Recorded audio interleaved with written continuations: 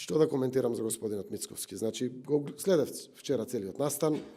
Од една страна, на меѓународната заедница, на дипломатите им кажува колку тоа е конструктивен, колку тоа он ќе го поддржи целиот овој процес, дека ќе направи некоја новина во финална фаза, заради тоа што за Европа, за НАТО, веројатно не. Ова што вчера се случи прво по зборовите на неговата употреба, не повика на протест, ама повика на отпор. Одите и се ја покажа патеката по кој што неговите подржувачи треба да ја следат, а тоа да се приклучат на протестите. Ке прават нов 27 април. Тоа нема да го дозволиме сигурно.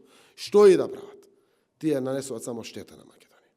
Кога нема човек став, за најмала политичка партија е штетно. За големите политички партии е катастрофално. И затоа влегува од еден проблем во друг проблем. Проблемот е што ваквите проблеми се и проблеми на државата. Непријатно е чувството. Тоа што тој го продуцира. На вистина поминуваат пратеници низ одредена драматургија. Секоја закана, која што се случува, секоја ширење на омраза, секоја, како да кажам, недозволена активност на било кој граѓанин, очекувам МВР да ја санкционира, согласно закон.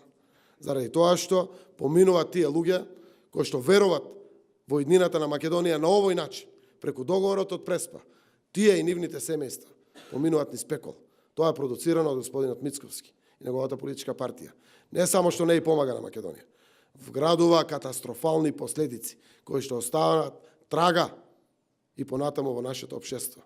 Можам да кажам дека ваква неодговорна политика ниту сум очекувал од вака голема политичка партија, ниту сум се надевал дека некогаш ќе се случи, но секој нека си ја носи својата одговорност.